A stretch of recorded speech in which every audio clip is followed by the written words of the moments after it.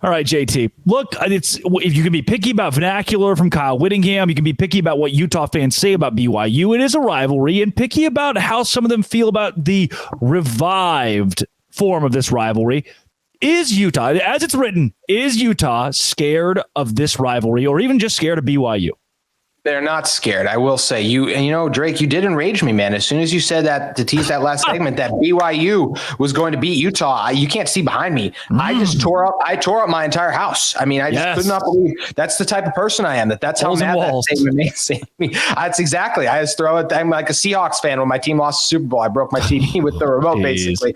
But no, are there some fans that I'm sure I don't think scared is the right word. Right. But I don't think scared is the right word. It's poppy, but it's the. I like the question. I know, actually, I do like the question. Because I do think there's some fans that I've heard before, like, oh, BYU fans are just so toxic, which the truth is there's fans on both sides, just like in every single fandom in any sport, or even like just topic in general, people in any argument, there's going to be people on both sides who are toxic. Like, yeah, it's going to get like that a little bit, but overall it's so much fun. The trash talk, all of it. Mm-hmm. I love it. I was bummed that these teams couldn't play each other in the past 2 seasons. And I'm so excited to have the rivalry renewed. As you said, look, BYU got Utah the last time they played. So how can I not be fired up for the opportunity, especially because since we've seen BYU, we've gone on to win back-to-back Pac-12 championships. And one of those loss, and even the loss we had against BYU, that was a weird loss because it was before this team really discovered who they were with Cam Rising. So Charlie Brewer. Good old Charlie Brewer. You know him well. Had they played at the end of the season that year, I mean, Utah finished ranked higher, of course, and there's a good reason to believe that Utah could have very well beaten BYU again. Obviously, I would feel that way because of how they looked at the end of the season and them being ranked higher. I think a lot of people would feel that way. But the BYU did beat them head-to-head. So give a lot of credit to the Cougars for that. And I'm excited to have that rivalry back. I think it's definitely an underrated rivalry that, because it hasn't been present and because they haven't been in the same conference, hasn't gotten the shine that it should have. Yep. You've seen it on ESPN too, just kind of thrown to the side as a late night game where we know that no one watches a lot of those 10:30 games, especially as we're closer to the East Coast now. Those late games like that are brutal. I think there's an opportunity to really maybe not even have it at the end of the season. As much as I think it'd be fun to have it rivalry weekend, maybe throw it in another time, try to make something of it, get some excitement and hype going around it. I'm fired up that this is back. I think it's great for both fan bases, and there's something special about it. Scared's not the right word. But I used it strategically because I've seen, once again, the reason that I want to do this, I've had so many Utah fans in the comments or on Twitter that just say things. And I was like, all right, fine, let's address some of this. And there seems to be this sect of Utah fans that just don't want to play BYU for whatever reason. And I don't think scared's the right word, but that's almost the way that I view it at this point. Because why are there some Utah fans that shy away from this rivalry? Some of the toxic, I think I used it enough, fans, I think, literally think that my school is better than your school, which is a ridiculous form of thinking. Yes, if your school beats that school head to head like that, like, yep, we're a better football team than you. But don't for a second be like, oh, our players are better in terms of like the person. And that stuff is ridiculous to me. And I think that's what people who say that stuff, I think that's what they think. I think that's asinine. I don't like that kind of crap. But anyways, I do think that this is such a scenario where it's just awesome that we have these two programs playing each other again. Kyle Whittingham and Kalani Sitake coach together. Like, they know each other really well. And this is they have a lot of respect for each other, as we should have a lot of Utah and BYU fans should have a lot Kyle Whittingham is a BYU fan at heart. So, of course. Yeah, I don't know if he is anymore, but you're right. He did. At one point, that was obviously very near and dear.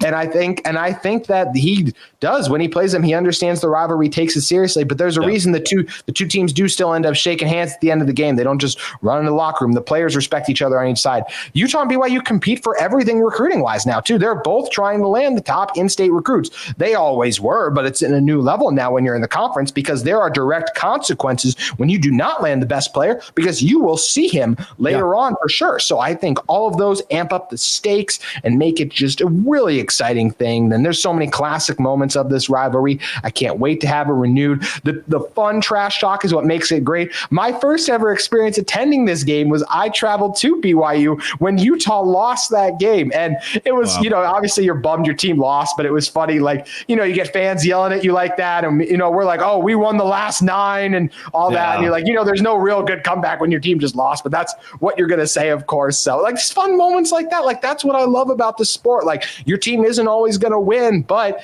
your team still will win. So you can enjoy the moments when you win, and when you lose, it is what it is. You got to deal with it. But it's just those fun memories and moments that come from rivalry games that there's nothing like a collegiate rival. Utah and BYU are each other's rival, and we're going to be getting a lot more of them playing each other, which I think is a great thing.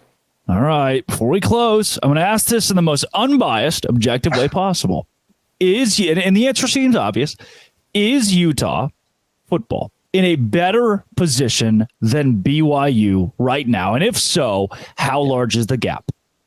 Ooh, how large is the gap? Because I definitely think the answer to that is yes. They have won. Obviously, Utah's been in the conference. BYU is not. But we did just see it just takes time to get up to that level. BYU saw that this year as well. I think you see this Utah team that's won back-to-back conference championships. Utah recruiting has been at a higher level in the past. The quality of transfers that Utah have landed have been higher. Utah has continued to win some of these big games like that versus BYU has had some tough losses. And yeah, I mentioned that Utah did have that tough loss to Arizona, but I mentioned all those injuries for a reason as well. Yep. I just think that's a kind of a deceptive loss. BYU had some tough losses down the stretch too. Exactly. Sure. Yeah. And I know there was some injuries for them as well. And I feel for that, but it just takes time to get up to this level. Like, credit them for being able to beat Utah when they did. But there's a reason that Utah dominated that rivalry before. That's not even being biased. It's just straight up the fact. When you look at who had won the several games before, it was Utah for a reason. I do believe Utah is in a better position. I will obviously pick Utah when they play BYU this year and for years moving forward until I see BYU on a conference level. Well, I'm being honest, I'll probably always pick Utah, but I mean, on a conference contending level, which we don't think of them as that right now. Could they get up to that point eventually? I think there's a chance, but I don't see them as that right now. Utah is better as long as Kyle Whittingham is there, which who knows how long that will be. I'll be honest. BYU will be second fiddle for Utah in terms of how we preview these games, because that's what it's been for the majority of the time while Kyle Whittingham has been at Utah, and Utah has simply been better over the past few seasons. I can't remember the last time that, and I'm not even trying to shade BYU, but please tell me genuinely, when's the last time at the end of the season that BYU finished ranked higher than Utah? It's been a long time, Drake. Yeah.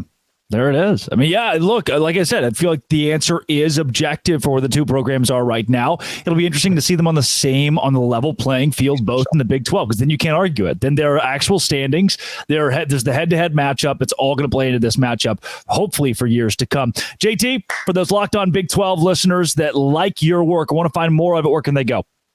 Yeah, make sure you guys head over to Locked On Utes. I'm sure you Locked On Cougars fans are going to be flooding that with some negative comments now.